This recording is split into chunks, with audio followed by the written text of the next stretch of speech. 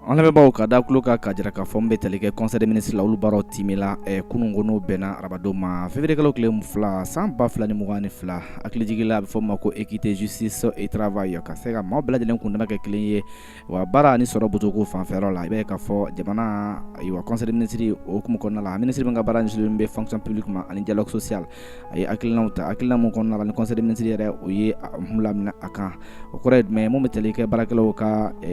baara condition la ka se ka dɔ fara o kan cogo min na sara mun bɛ d'u ma ka se ka dɔ fara o bɛɛ lajɛlen fana ka sara kan wa baarakɛla minnu bɛ tali kɛ wa jamana faso baarakɛlaw n'a bɛ fɔ o ma ko fonctionnaire fo ka taa se minnu bɛ baara kɛ wa contractuel ni o bɛ bɛnkan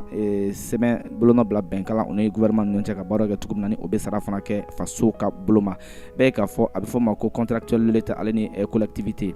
a jala k'a fɔ o kɔfɛ mun bɛ tali kɛ jamana ɲɛmaa yɛrɛ ka baara la n'u bɛ tali kɛ présidentielle la ka taa se primature ma ani ministère ani a fɔ ma ko wa cabinet olu fana ka baaraw maa minnu bɛ baara kɛ ni yɔrɔ kofɔlen la ni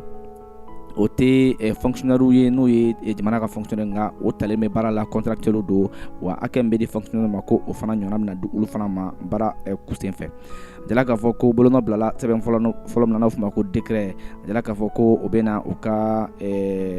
traitement de personnel n'o bɛ jumɛn ko fɔ ka se k'a fɔ fɛn fɛn bɛ tali kɛ cakɛda faso cakɛdaw jamana ye fana da maa mun ka olu fana ta ka se ka jamana baara dɔw kalifa o la ka kɛ a bɛ fɔ o ma ko école maître n'o bɛ fɔ o ma ko enseignant contractuel n'o bɛ baara kɛ faso fana fɛ ka taa se a bɛ fɔ o ma ko contractuel de collectivité territoriale minnu fana talen bɛ ka bila an ka région kabilaw kɔnɔna la ka baara kɛ jamana tɔgɔ la i b'a ye k'a fɔ ko o bɛna dɔ fara olu ka baara kɛ condition kan a wariko n'o bɛ tali kɛ sara la o kɔfɛ mun bɛ tali kɛ décret filanan fana la mun bɛ tali kɛ wa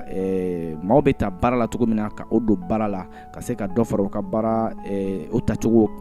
labaaracogo kan fo ka taa se wa nafolo min fana bɛ di o ma o ka baara hukumu kɔnɔna la fɛn fɛn bɛ tali kɛ fonctionnaire minnu bɛ yen ni o tɛ faso ka fonctionnaire ye ka taa se présidence yɛrɛ la a ka cabinet maaw fo ka taa se secrétariat général mun bɛ tali kɛ primature fana la premier ministre ka cabinet fana o baarakɛlaw i b'a ye k'a fɔ o bɛna maa ninnu kɔni bila minɛn kɔnɔ ka dɔ fara u ka hakɛ kan a fɔla cogo min na wa nanzarakan masuru la yaasa ka se ka bɛnɲɔnya ale ni kɛlɛya don maaw ni ɲɔgɔn cɛ baara senfɛ k'i b'a ye k'a fɔ ni gɛlɛya fɛn fɛn bɛ tali kɛ maaw ni ɲɔgɔn cɛ nafolo wa kɔfɛ n'o bɛ tali kɛ sarako la o ka se ka kɛ ko nɔgɔ ye cogo min na gouvernement ale kɔni hakilina ta ka se ka nin kɔni cari ka taa sara bunakun fan fɛ cogoya mun na bɛ k'a fɔ maaw bɛɛ lajɛlen bɛ se ka i yɛrɛ kɔnɔ e maa ma bɛ ko e ye jamana ka cakɛla ye n'o bɛ tali kɛ fonctionnaire de l'État ale ni fonctionnaire minnu tɛ État ka